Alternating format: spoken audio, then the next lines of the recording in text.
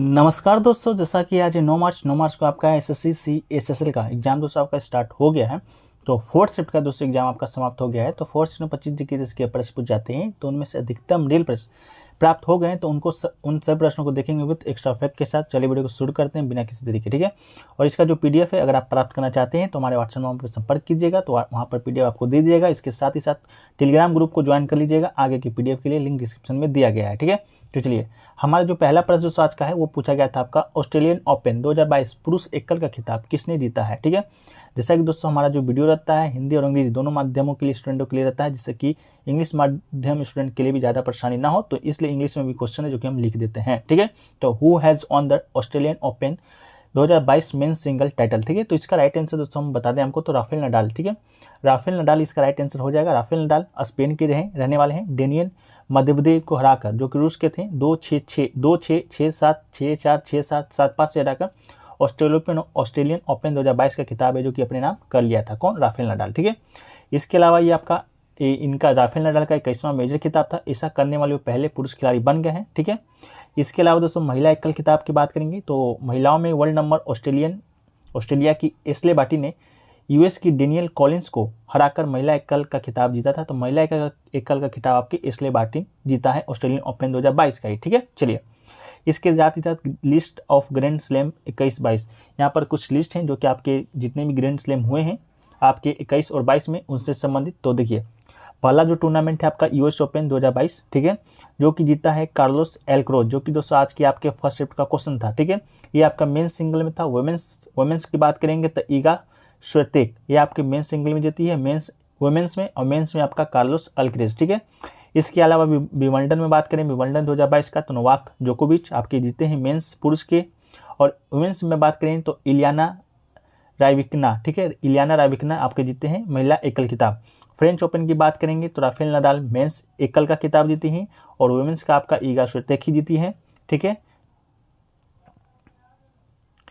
चलिए, इसके बाद बात करेंगे दोस्तों आपका ऑस्ट्रेलियन ओपन का, जो कि आपके आज का क्वेश्चन था, राफेल नडाल मेंस एकल का और एस्ले बार्टी वुमेन्स एकल का, ठीक है। इसके अलावा दोस्तों आपका US ओपन 2021 की किताब को भी देखें तो डेनियल मेदवेदेव आपके मेंस सिंगल का, और वुमेन्स का आपका इमा राडाकानु, ठीक है। इसके अलावा विंबलडन 2021 नोवाक जोकोविच महिला पुरुष एकल। इसके फ्रेंच ओपन पुरुष एकल का नोवाक जोकोविच, और ऑस्ट्रेलिया ओपन 2021 नोवाक जोकोविच, ठीक है। ये 2021 का है, इसको आपके लिए इंपॉर्टेंट नहीं है, फिर भी हमने आपके साथ डिस्कस कर दिया है। इसके बाद 21 का विंबलडन एकल महिला एकल एस्ले बार्टी, और फ्रेंच ओपन महिला एकल बारबोरा केजाकोच, और आपके 21 का ऑस्ट्रेलियन ओपन महिला खिताब नाओमी ओसाका, ठीक है। तो ये कुछ किताब थे जो कि आपके एग्जाम पॉइंट ऑफ व्यू से आपके इंपॉर्टेंट है, आप लोग स्क्रीनशॉट लेके भी रख सकते हैं।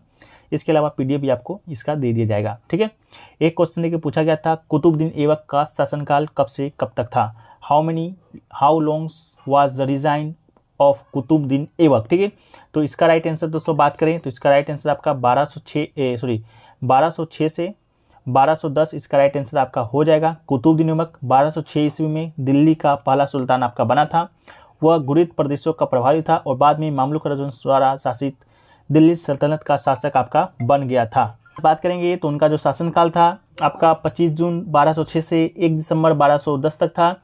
उन्हें दिल्ली में कुतुब मीनार को चालू करने के लिए जाना जाता है। कुतुब मीनार जो कि दोस्तों आप लोग देखते हैं दिल्ली में है, वो आपका उसका निर्माण कुतुबुद्दीन ऐबक के द्वारा शुरू किया गया था। वो आपका मामलुक वंश या गुलाम वंश का दिल्ली सल्तनत का पहला शासक था, ठीक है। चलिए, अगला क्वेश्चन पूछा गया था, भारतीय संविधान का अनुच्छेद 2 है जो कि किससे संबंधित है, ठीक है। तो भारतीय संविधान का जो अनुच्छेद 2 है कहता है कि नए राज्यों का प्रवेश या स्थापना से संबंधित है। संसद संघ में कानून स्वीकार करके एक ऐसे नियम या शर्तों पर नए राज्यों की स्थापना कर सकती है जैसा कि वो उचित समझती है। तो ये आपका अनुच्छेद 2 है जो कि कहता है। इसके अलावा अनुच्छेद 3 की बात करेंगे तो अनुच्छेद 3 कहता है कि नए राज्यों का गठन और क्षेत्रों, सीमाओं या मौजूदा राज्यों के नाम में परिवर्तन आपका अनुच्छेद 3 के अंतर्गत है जो कि किया जाता है, ठीक है। चलिए, अगला जो क्वेश्चन पूछा गया था, पृथ्वी का जो रेडियस है वह आपका कितना होता है, ठीक है।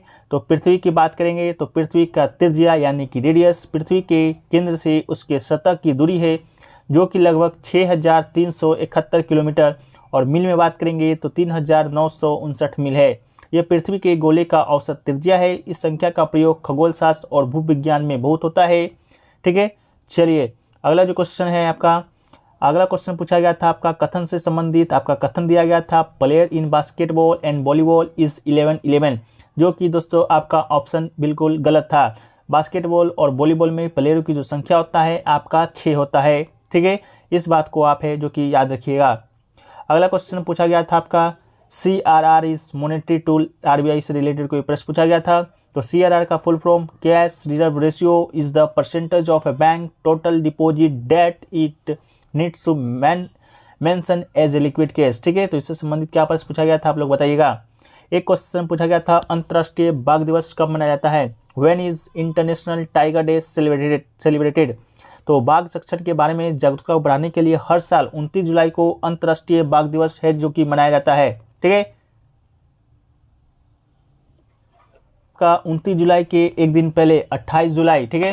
तो 28 जुलाई की बात करेंगे तो 28 जुलाई को दोस्तों आपका विश्व हेपेटाइटिस डे मनाया जाता है, कब है 28 जुलाई को, ठीक है। इसके अलावा दोस्तों आपको बात करें 1 जुलाई को क्या मनाया जाता है, तो 1 जुलाई को आपका राष्ट्रीय चिकित्सक डे मनाया जाता है। इसके अलावा 2 जुलाई को विश्व UFA दिवस, विश्व खेल पत्रकार दिवस और अंतर्राष्ट्रीय सहकारिता दिवस, ये आपका 2 जुलाई को मनाया जाता है। इसके अलावा 4 जुलाई को आपका अमेरिकी स्वतंत्रता दिवस मनाया जाता है। 6 जुलाई को आपका विश्व जूनोज दिवस मनाया जाता है।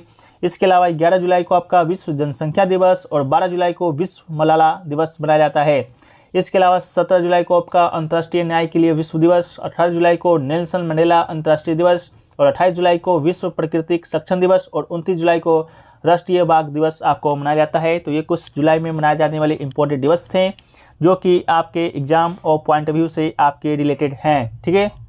अगला क्वेश्चन पूछा गया था भारतीय संविधान का भाग 9 किससे संबंधित है, part 9 of the Indian constitution is related to. तो भारतीय संविधान का भाग 9 है ग्राम पंचायतों की स्थापना के बारे में बात करता है और उन्हें स्वायत्त शासन की इकाइयों जो कि अनुच्छेद 40 के रूप में कार्यात्मक बनाने के लिए आवश्यक है ऐसी शक्तियां और प्राधिकार प्रदान करता है।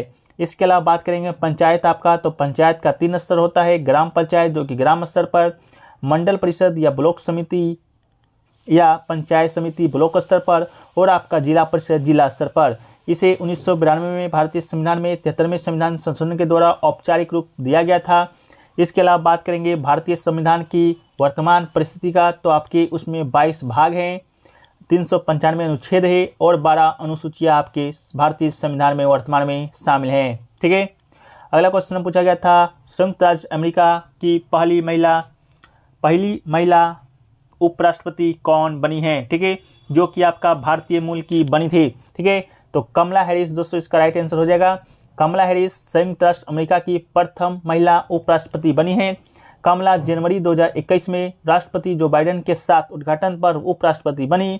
उन्होंने 2020 के चुनाव में राष्ट्रपति डोनाल्ड ट्रंप और उपराष्ट्रपति माइक पेंस को हराया था, ठीक है। तो उपराष्ट्रपति कमला हैरिस से पहले आपके माइक पेंस थी जिसको हराकर कमला हैरिस चुनाव जीती थी और राष्ट्रपति आपके डोनाल्ड ट्रंप थे जिसको हरा के आपकी जो बाइडेन है जो कि अमेरिका के राष्ट्रपति बने थे। अगला क्वेश्चन पूछा गया था 2022 का वुमेन्स एशिया T20 विश्व कप कौन सी टीम जीती है, which team has become the winner of 2022 women's Asia T20 cup, ठीक है। तो महिला एशिया विश्व कप एशिया कप 2022 का फाइनल मुकाबला आपको बता दें भारत और श्रीलंका के बीच खेला गया था, ठीक है।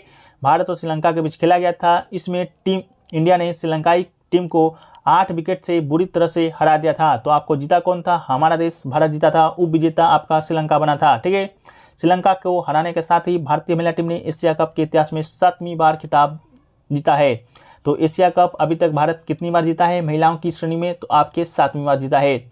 इसके अलावा पुरुषों का भी एशिया कप आपका 2022 में हुआ था जो कि UAE में आयोजित किया गया था, ठीक है। ये टूर्नामेंट आपका द्विवार्षिक है यानी कि हर 2 साल पे आयोजित किया जाता है। फाइनल मैच में पाकिस्तान को 23 रनों से हराकर श्रीलंका को प्रतिष्ठित एशिया कप विनर्स लिस्ट में शामिल कर दिया गया है। तो पुरुषों में आपका श्रीलंका जीता था, रनअप आपका पाकिस्तान रहा था, ठीक है। चलिए अगला क्वेश्चन पूछा गया था गर्दन की हड्डी में कौन सा ज्वाइंट होता है, which joint is there in the neck bone, ठीक है। तो इसका राइट आंसर आपका पाइवोट ज्वाइंट इसका आपका राइट आंसर हो जाएगा, ठीक है।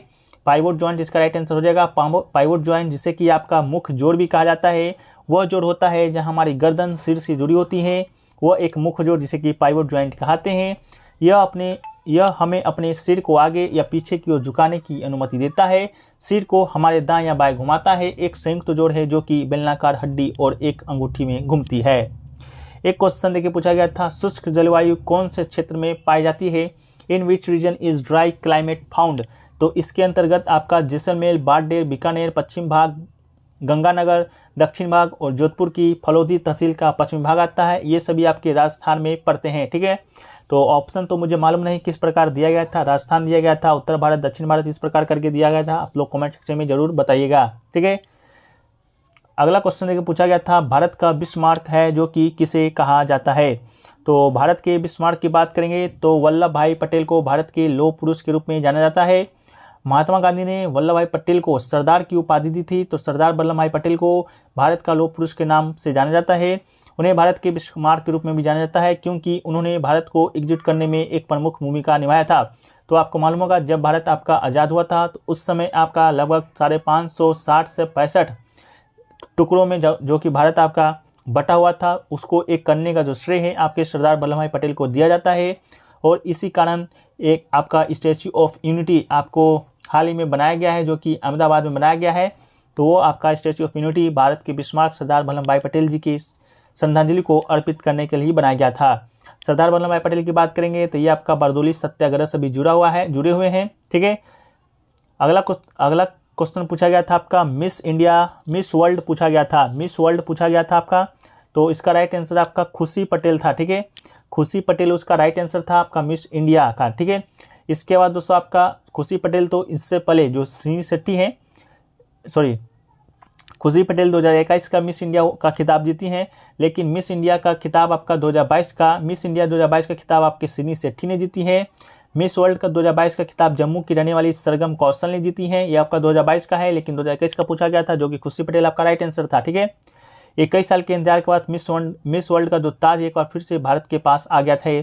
इसके अलावा मिस यूनिवर्स का खिताब आपको बता दें 2022 का ऐलान भी हो चुका है और अमेरिका के न्यू ऑर्लिन्स शहर में आयोजित हुआ था। 71वें मिस यूनिवर्स का ताज यूएस की आर बोनी गैब्रियल ने अपने नाम किया था। ठीक है, तो इसको भी आप याद